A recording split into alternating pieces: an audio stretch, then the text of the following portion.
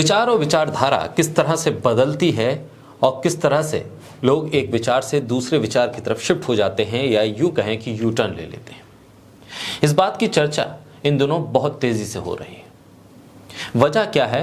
वजह है जवाहरलाल नेहरू यूनिवर्सिटी से निकलने वाले वो छात्र जो बीजेपी की आइडियोलॉजी, बीजेपी की विचारधारा, मोदी सरकार, खुद प्रधानमंत्री से लेकर गृह मंत्री तक की आलोचना सड़क से लेकर हर उस कार्यक्रम में करते आए हैं जहां पर भी वो संवाद करने पहुंचे। लेकिन अब हो क्या रहा है? उन्हीं छात्रों में से एक छात्र शैला राशिद, वो अब पूरी तरह से बीजेपी के समर्थन में आ गई हैं, प्रधानमंत्री मोदी और अमित शाह की फैन हो गई हैं। वो कहने लगी हैं कि जो कुछ मैंने इससे पहले प्रधानमंत्री मोदी, अमित शाह या बीजेपी के बारे में कहा था उससे मैं अब पलट गई।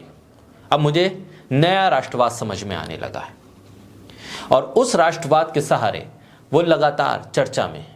हाल के दिनों में उनके इंटरव्यू सामने आए जिसमें वो खुलकर कश्मीर के मुद्दे पर खासतौर पर बीजेपी के समर्थन में खड़ी नजर आ रही है। बोलते हिंदुस्तान पर मैं हूं आपके साथ बिरसा शाकिर अली बेग। बीजेपी विरोध की वजह से चर्चा में आई और अब पीएम मोदी और अमित शाह की फैन शैला राशिद पिछले कई दिनों से बीजेपी के राष्ट्रवाद को समझ रही थी। अब ये राष्ट्रवाद समझते समझते अब वो असिस्टेंट प्रोफेसर बन गई हैं, समाजशास्त्र पढ़ाएंगे।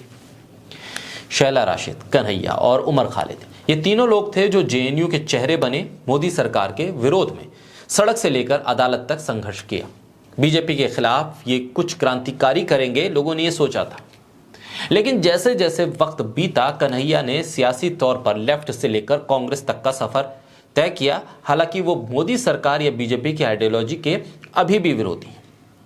शैला राशिद मोदी सरकार के खिलाफ बोलते बोलते, लिखते लिखते राष्ट्रवादी हो गई हैं, सरकार के साथ खड़ी हो गई हैं। बचे उमर खालिद जो जेल में, जमानत की सुनवाई तक नहीं हो पा रही है। कन्हैया और शैला दोनों ने उमर के लिए न बयान दिया न सरकार से सवाल किए। कन्हैया तो फिर भी मोदी सरकार के खिलाफ सियासी तौर पर लड़ रहे हैं, लेकिन सवाल तो शैला राशिद का है। आखिर उनका यह हृदय परिवर्तन क्यों हुआ, इसकी वजह क्या है?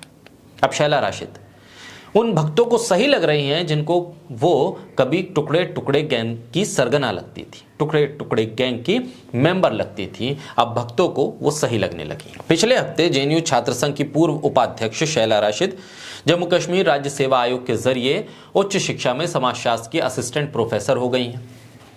प्रधानमंत्री नरेंद्र मोदी और भारतीय जनता पार्टी सरकार की प्रबल विरोधी और धारा 370 हटाए जाने को सुप्रीम कोर्ट में चुनौती देने वाली शैला पिछले कुछ दिनों से पीएम मोदी का गुणगान कर रही हैं। शैला राशिद ने एक बार फिर से कश्मीर को लेकर मोदी सरकार की नीतियों की तारीफ कर दी है। एएनआई के साथ पॉडकास्ट शो में एडिटर स्मिता प्रकाश के साथ बात करते हुए शैला राशिद ने कहा कि जिस तरह से कश्मीर में सरकार ने काम किया है वो काबिले तारीफ है। शैला ने कहा कि किसी को तो आगे बढ़कर आना था और काम करना था और ये सरकार इसमें सफल हुई है। शैला राशिद से जब पूछा गया कि 2010 में आप तो पत्थरबाजों के साथ थी, तब शैला राशिद ने कहा कि हाँ ये बात ठीक है, लेकिन जब और आज की स्थिति को जब मैं देखती हूं तो मुझे अब संतोष होता है। वो कश्मीर को गाजा कहती हैं कि गाजा नहीं है। जेएनयू में जिस नारेबाजी को लेकर उमर खालिद और कन्हैया कुमार को देशद्रोही तक कह दिया गया, उमर खालिद और कन्हैया कुमार को जेल तक जाना पड़ा और उमर खालिद तो अब भी जेल में हैं, उस पर शैला राशिद ने कहा कि वहां ऐसी कोई नारेबाजी नहीं हुई। साथ ही उन्होंने कहा कि हम तीनों की जिंदगी बदली नहीं बल्कि इसका खामियाजा पूरी यूनिवर्सिटी को भुगतना पड़ा। यानी कि वो उस वक्त जिस तरह के आंदोलन हो रहे थे उससे भी पल्ला झाड़ रही हैं। वो कह रही हैं कि आंदोलन की वजह से यूनिवर्सिटी को खामियाजा उठाना पड़ा। अब वो टुकड़े टुकड़े गैंग की मेंबर नहीं है, अब वो राष्ट्रवादी होती जा रही हैं। प्रधानमंत्री नरेंद्र मोदी की गुणगान कर रही हैं।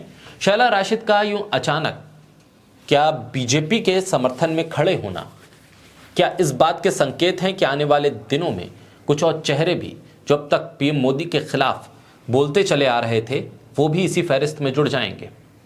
क्या असिस्टेंट प्रोफेसर बन जाना शैला राशिद की मंजिल है जिसके लिए उन्होंने ये तमाम बयानबाजी अब की है, या फिर नज़र सियासी तौर पर किसी बड़े पद पर है, बड़े मैदान को मारने की तैयारी है, इसीलिए यह हृदय परिवर्तन हुआ है? कई सवाल हैं और इस सवाल के जवाब को खुद शैला राशिद ही बता पाएंगी कि आखिर उनका मकसद क्या है यूं इस तरह से अचानक इंटरव्यू के जरिए सरकार की पैरवी करने का।